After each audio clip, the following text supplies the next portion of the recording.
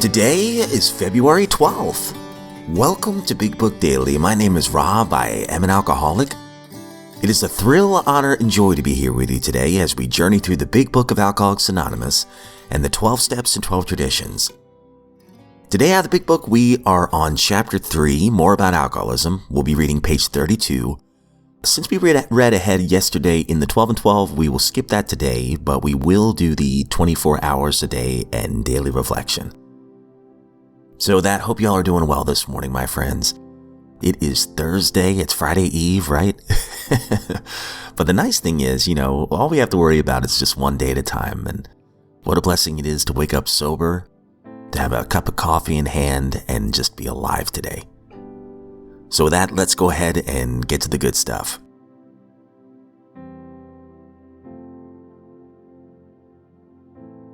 All right, my friends. So if you recall from yesterday's reading, it was kind of funny. On page 31, it says, by every form of self-deception and experimentation, they will try to prove them to themselves exceptions to the rule, therefore non-alcoholic. And then we listed off about I'd say about 24 tricks we try to control our drinking. But I know for me, nothing seemed to work. So we're on page 32. Though there is no way of proving it, we believe that early in our drinking careers, most of us could have stopped drinking. But the difficulty is that few alcoholics have enough desire to stop while there's yet time. We've heard of a few instances where people who showed definite signs of alcoholism were able to stop for a long period because of an overpowering desire to do so.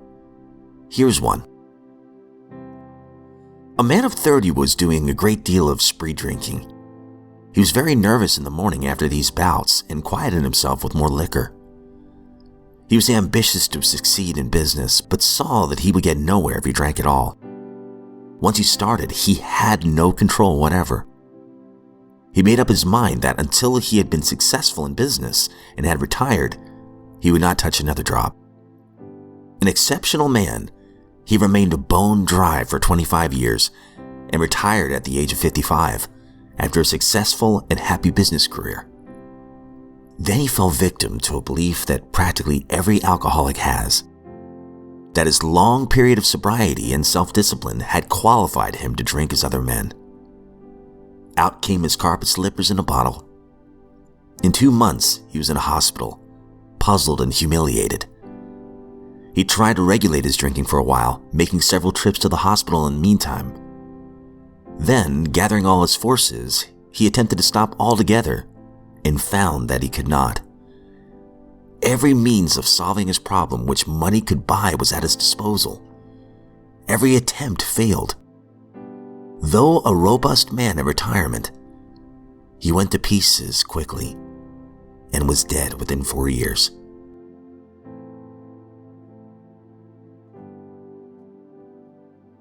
"24 hours a day, February 12th. AA Thought for the Day. As we look back on all those troubles we used to have when we were drinking, the hospitals, the jails, we wonder how we could have wanted that kind of life. As we look back on it now, we see our drinking life as it really was, and we're glad we're out of it. So after a few months in AA, we find that we can honestly say that we want something else more than drinking. We've learned by experience that a sober life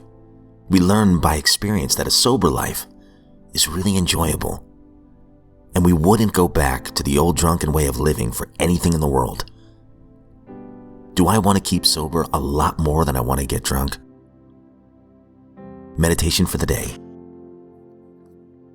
My spiritual life depends on an inner consciousness of God. I must be led in all things by my consciousness of God, and I must trust Him in all things. My consciousness of God will always bring peace to me. I will have no fear, because a good future lies before me as long as I keep my consciousness of God. If in every single happening, event, and plan I'm conscious of God, then no matter what happens, I will be safe in God's hands. Prayer for the day. I pray that I may always have this consciousness of God. I pray for a new and better life through this God consciousness.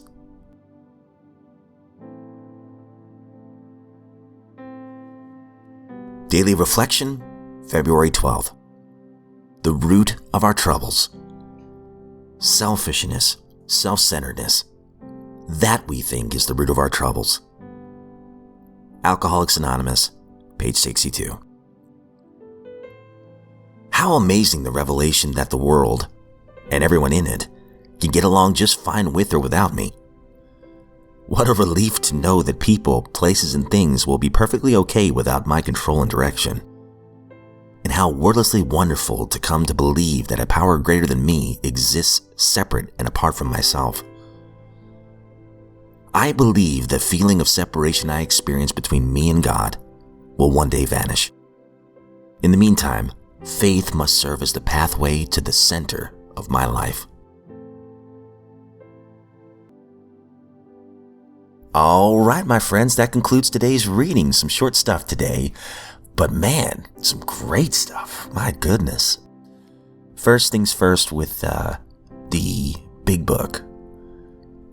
I love that they give the not so great news about alcoholics at the very beginning. You know, that every desire of a real alcoholic is to drink like normal people, right? I know I would get resentful at people who could drink normally toward the end. And I was in denial about being an alcoholic for a long time. But then they give a practical example of somebody who retired or worked for years and quit drinking for a long span of time. And then, within 4 years in his retirement, alcohol had killed him, or the addiction of it. And that tells me that it doesn't matter how much time that we abstain from alcohol. If I ever pick it back up because my disease is progressive, it might be much, much worse this go around.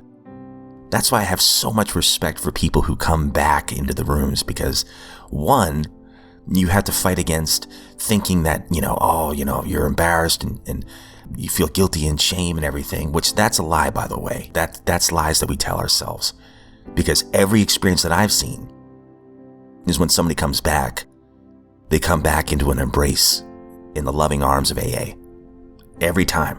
I've never seen somebody chastised for coming back, in my experience. But anyway, so they're wrestling with the emotions of coming back, but also the fact that this is a progressive disease. So every time we go back out, it might be harder to come back.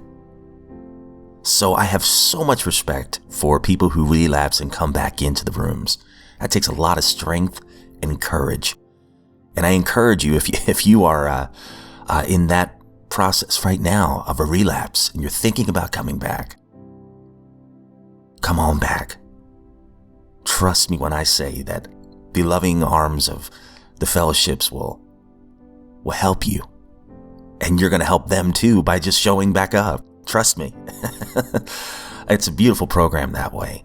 And then talking about the, I think it was in 24 hours a day, trust. That's been my word of the year. Trust. When I look back on my life, I see the hand of my higher power in a lot of circumstances, maybe even everything, I should be dead. When I think about some of the things I did while drinking, I should be dead. But somehow I'm here. I don't pat myself on the back on that one. I brag on my higher power because my own best thinking got me in a lot of trouble. A lot of trouble. So to be sober here and to have the ability to carry the message to somebody else, what a blessing. But I think I shared this the other day, and I'll just repeat it if you don't mind. But faith is not the absence of doubt. Faith is trust in the face of doubt. And I trust in my higher power that he will carry me through no matter what happens in life, because he's always done it. He's got a great track record. But anyway, my friends, I hope you all have a great one today. It truly is a gift and an honor to be here and to be sober. And if you're sober, my friend, you're a miracle. And I know the struggle, and I know that those who are in your inner circle, they're very proud of you. I've always heard that our sobriety is not just a gift to ourselves and the newcomer, but to everybody around us. And if you're not sober, I want you to know that you're a miracle as well, and that you have worth and value, and your story's not done yet. So I pray that today, maybe February 12th, 2026, that you would get the help that you need. We don't have to isolate. We can get out there, reach out to somebody we trust, make that first step toward change, and maybe make that first baby step toward a whole new life. So I pray that you get the help you need today, because this is not a I program, this is not a you program, this is a we program. First word in the steps is we. So I hope you know that you're worthy of recovery, and your story's not done yet. So with that, my friends, I hope you have a great one, and if we're given another set of 24 hours, I sincerely look forward to seeing you right back here tomorrow.